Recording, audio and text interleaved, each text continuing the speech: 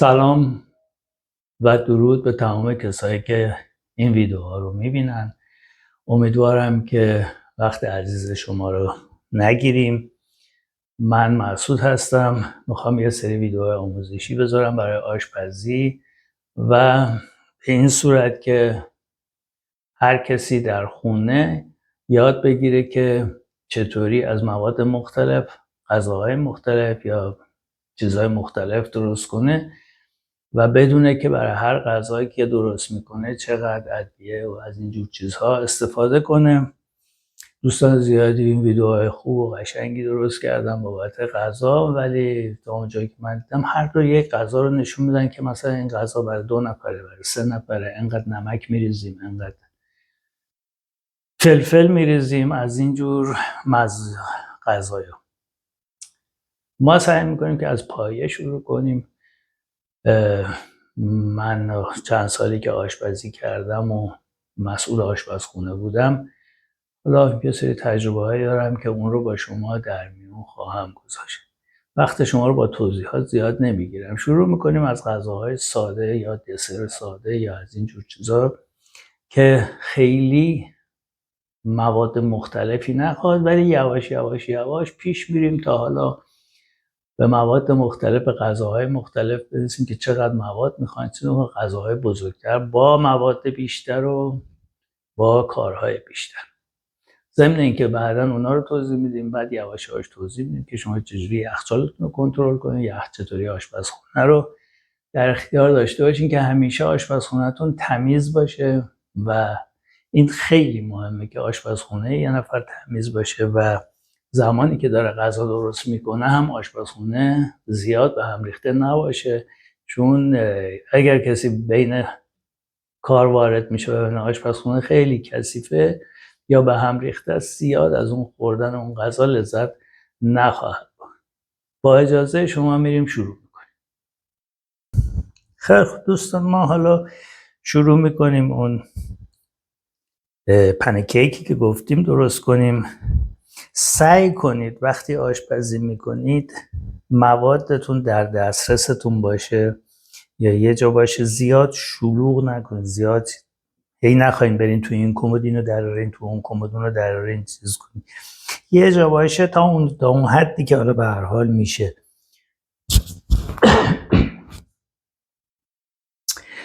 الان ما این چیزاییه که لازم داریم: آرد، شیر، تخم مرغ، مواد اصلی ما ایناست. شکر، کمی نمک، وانیل و بیکینگ پودر. اینها در واقع ادویه‌جات ما حساب میشن توی این کاری که ما میخوایم بکنیم. الان بعضی از دوستان ممکنه بگن تو که خودت اندازه ها گذاشتی. آره، یعنی ما فعلا مجبوریم بعضی چیزا رو حالا کلی از چیزا رو اندازه هاشو بگیم تا یواش یواش عادت بشه، چون که روز اول نمیشه همینطوری با ویدیوهای اول همینطوری بگی که آره انقدر بریزیم. آرد و شیرمون تقریبا در یک اندازن. 2 تا تخم مرغ، البته یه تخم مرغ هم میتونین استفاده کنین، ولی چون کوچیک بود من 2 تا استفاده میکنم. شکر در حدود 1.5 قاشق غذاخوریه، برای اینکه کمی مزه شیرینی بهش داده بشه. شما میتونین کمی شیرین ترش هم بکنین، ولی من شیرینیشو کمتر گرفتم چون بعداً میخوایم مواد به اصطلاح شیرین دوباره بهش اضافه کنیم که اون چون خودش شیرینه بعد مقدار شیرینیش خیلی زیاد میشه. توی تمام چیزهایی که شما مثل شیرینی، مثل غذا، هر چیزی شما میخواین شکر استفاده کنین، 100% باید نمک هم استفاده کنین، برای اینکه نمک یه طعم خاصی به شیرینی میده که خیلی دلپذیرتر میشه. وانیل برای طعم دادن و کمی به اصطلاح بوی غذای شما استفاده میشه و برای اینکه بوی شیر و تخم مرغ و اینا زیاد نیاد از وانیل استفاده میکنیم. شما میتونید به جای وانیل از گلاب استفاده کنید، هیچ مشکلی نیست، اما مقدار شیرتون رو باید کمی کمتر کنین، حالا یا نسبت به اونی که بعداً نگاه میکنین که غلظت چقدره، بعد کمی گلاب اضافه کنین یا شیرش رو کم کنین. بیکینگ پودر برای اینه که به آرد کمی موقعی که به صورت خمیر در میاد کمی پف کنه، خیلی زیاد چیز نچسبه تو هم دیگه. مقدار این ما الان زیاده برای این یه لیوان، ما تقریبا باید انقدر مصرف کنیم، اما چون ما الان بلافاصله میخوایم مصرف کنیم کمی بیشتر میزنیم که کمک بکنه سریعتر کیک ما پف کنه. اگر شما میخواین کمتر بزنید یا اگر میخواین، البته اگر شما این مواد پنکیک رو مخلوط کنین بذارین توی یخچال، شب بذارین صبح بذارین استفاده کنین یا 2 ساعتی بذارین باشه توی یخچال، کیفیت پنکیکتون خیلی بهتر میشه. حالا ما شروع میکنیم. اولین کاری که میکنیم به اصطلاح شکستن تخم مرغامونه.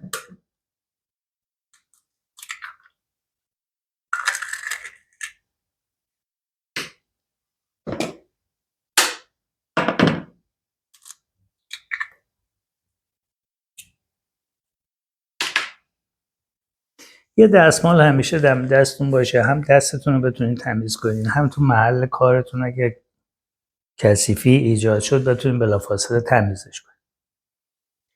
شکرمون رو بهش اضافه میکنیم، نمک رو اضافه میکنیم، وانیل و بیکینگ پودر. اینا رو یه کمی با هم مخلوط کنیم.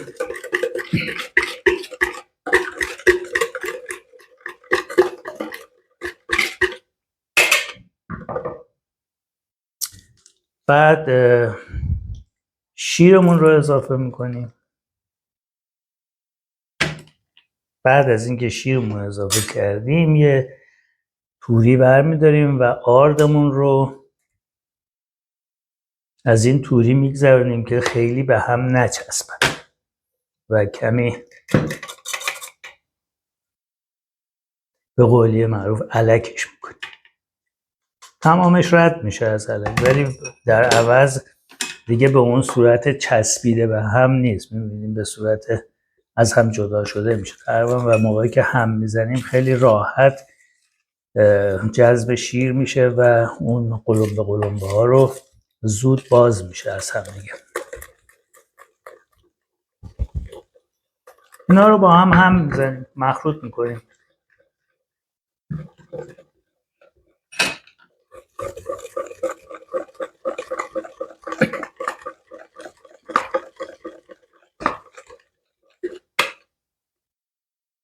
میبینین الان غلظت این چقدره. این رو الان توی مایتابه که بریزین کمی به اصطلاح کلوف میشه، چیز به اون صورت شل نیست که بخواد خودشو بلافاصله ولو کنه کف مایتابه. برای همین خاطر کمی دیگه ما بهش شیر اضافه میکنیم.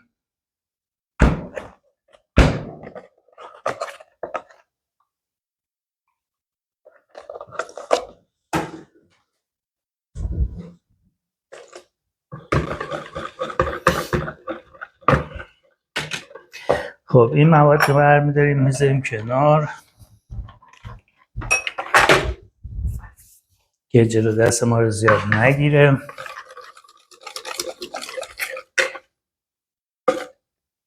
میبینین به چه صورت شد.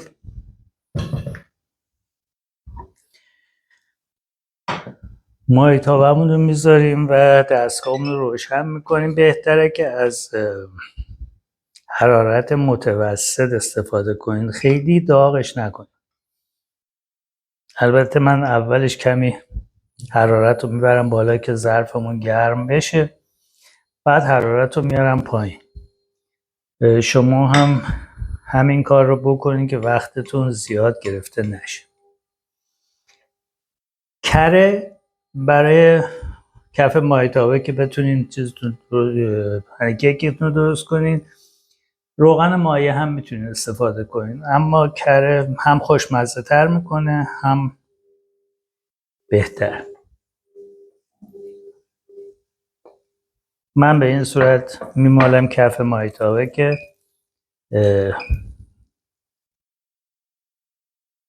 چیز نشید، به اصطلاح مقدار روغنمون زیاد مصرف نشه.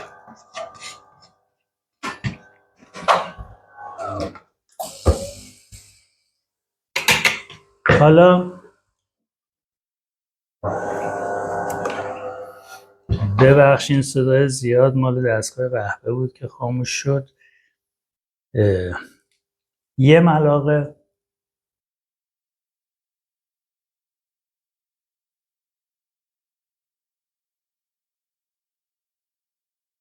ما مایه پنکیک رو میریزیم توی چیز. اگر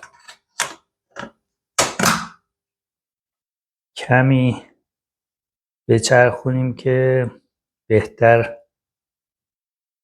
پخش بشه.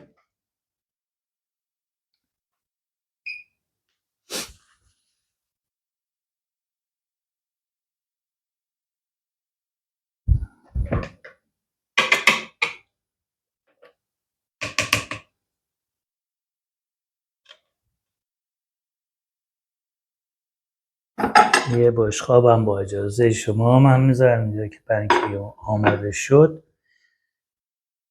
داخلش بتونیم پنکیکمون رو بذاریم.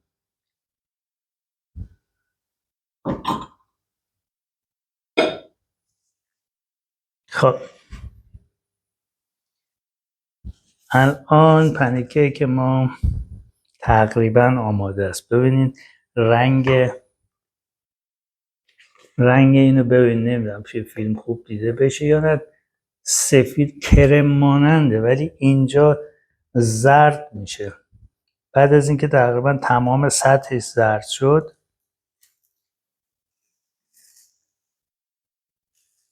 میتونین نگاه کنین.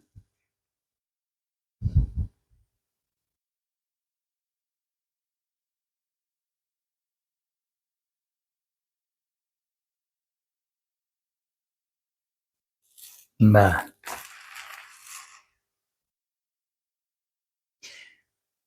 این پنکیک رو شما به عنوان صبحونه میتونین بخورین، به عنوان عصرونه هم میتونین بخورین، به عنوان دسر هم شما میتونین استفاده کنین.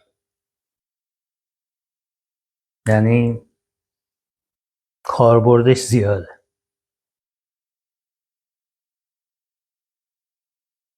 به عنوان دسر اگه بخواین استفاده کنین میتونین درست کنین، بعد بستنی بذارین لاش و با بستنی سروش کنین.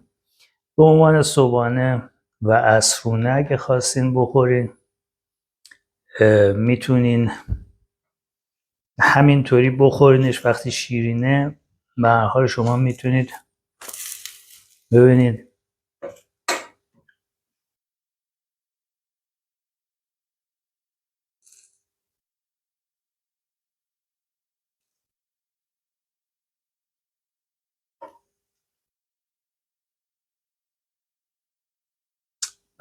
وقتی شیرینه، چون شیرینه شکر داخلش و شیرینه، شما میتونید همینطوری هم میل. اما پنکیک رو بیشتر وقتی که میخوان سرو کنن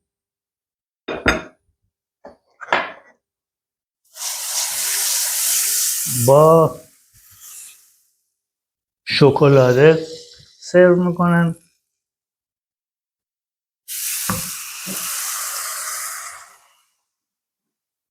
و موز.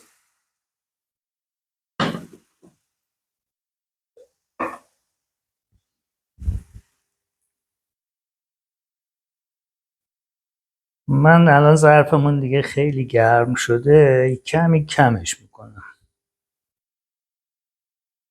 که بلافاصله پنکیکمون رو نسوزونه، چون به هر حال پنکیک باید داخلش هم پخته بشه، هرچند که نازکه ولی به هر حال باید پخته بشه.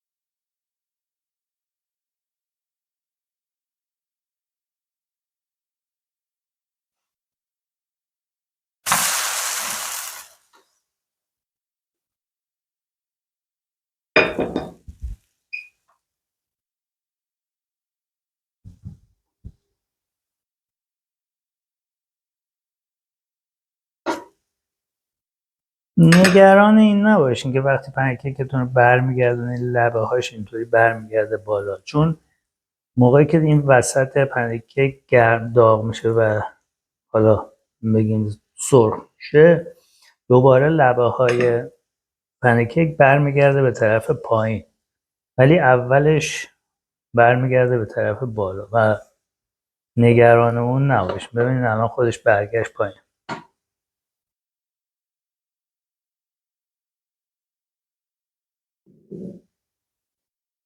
حالا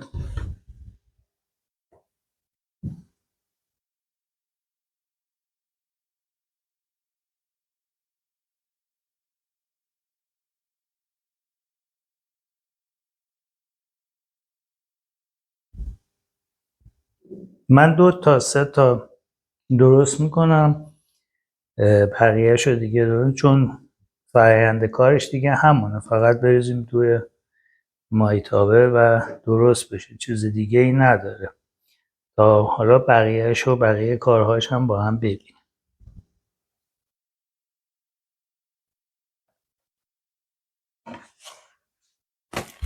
می‌بینین؟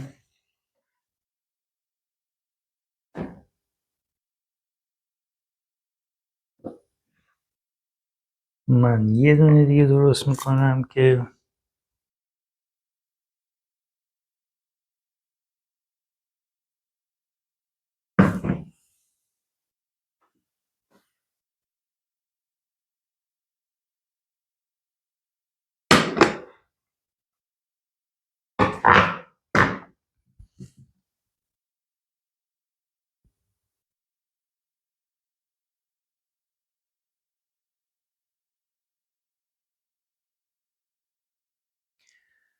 خب تا این کمی خودشو میگیره، من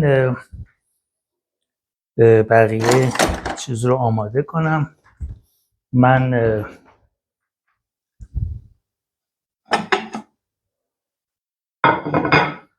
یه بشقاب دیگه برمیدارم و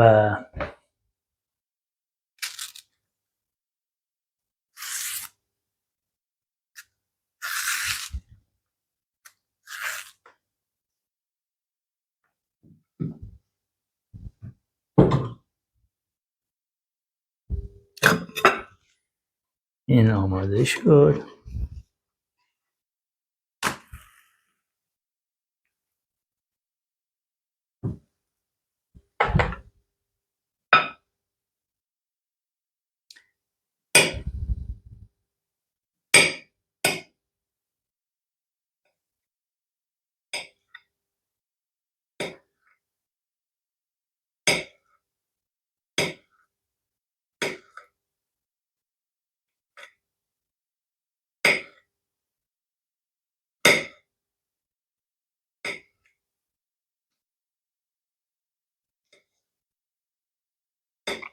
خیلی موز ما آماده است، پنکیکمون هم باید آماده بشه.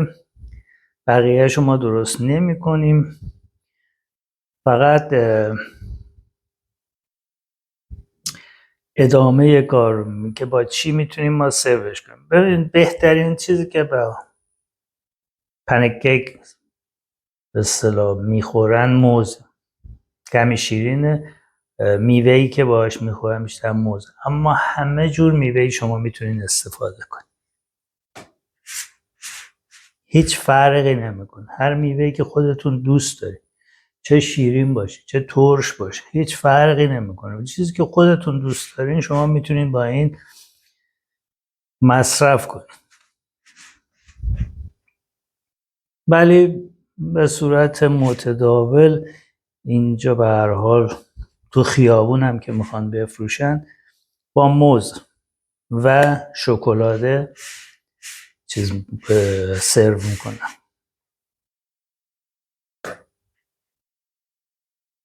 ببین الان نگاه میکنین یه کمی دست من که میره پف میکنه، میبینین کمی پف داره، علتش همون بیکینگ پودرشه. بیکینگ پودر رو زیاد نباید مصرف کنین توی شیرینی اینا. توی خونه برای مثلا یک کیکی که حدوداً شاید 10-12 نفر بخوان بخورن، حد اکثر یه قاشق مربا خوری، اونم خیلی پر نباشه. بیکینگ پودر به اصطلاح به جای همون خمیر ترش نون استفاده میشه، منتها خب توی کیک و شیرینی خمیر ترش نمیزنن. خب اینا رو ما میدیم یه طرف.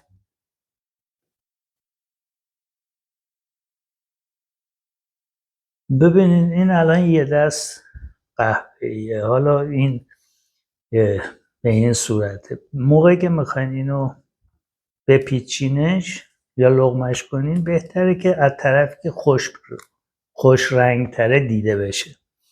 حالا ما میاریم، من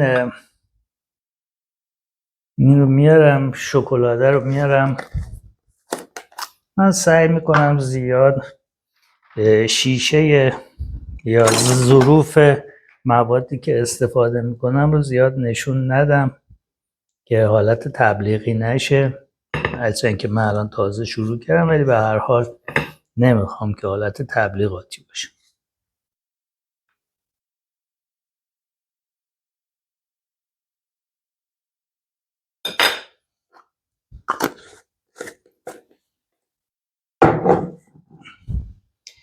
ببینید برای این مقدار همین شکلات کافی، شاید بگم تازه یه خورده هم زیاد، چون که ما میخوایم مزه پنکیک رو بیشتر متوجه بشیم، نه مزه شکلاده رو. اگه ما مزه شکلاده رو متوجه بشیم، شکلاده رو خالی میخوریم.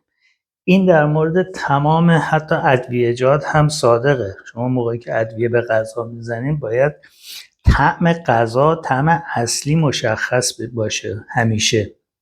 نباید ادویه‌جات اونقدر زیاد باشه که طعم ادویه توی غذا بپیچه و اون طعم توی غذا حاکم بشه. به این صورت نباید باشه. خب این پنکیک رو ما به این صورت گرد میکنیم، لقمش میکنیم، میذاریم کنار. حالا اگر بخواهیم میتونیم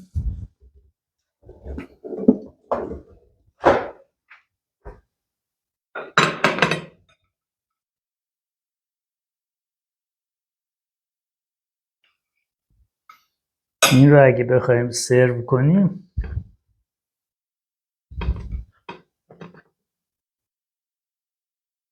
به این صورت میذاریم توی بشقاب و دوست داشتین یه دونه موز هم روش یا در کنارش قرار بدید.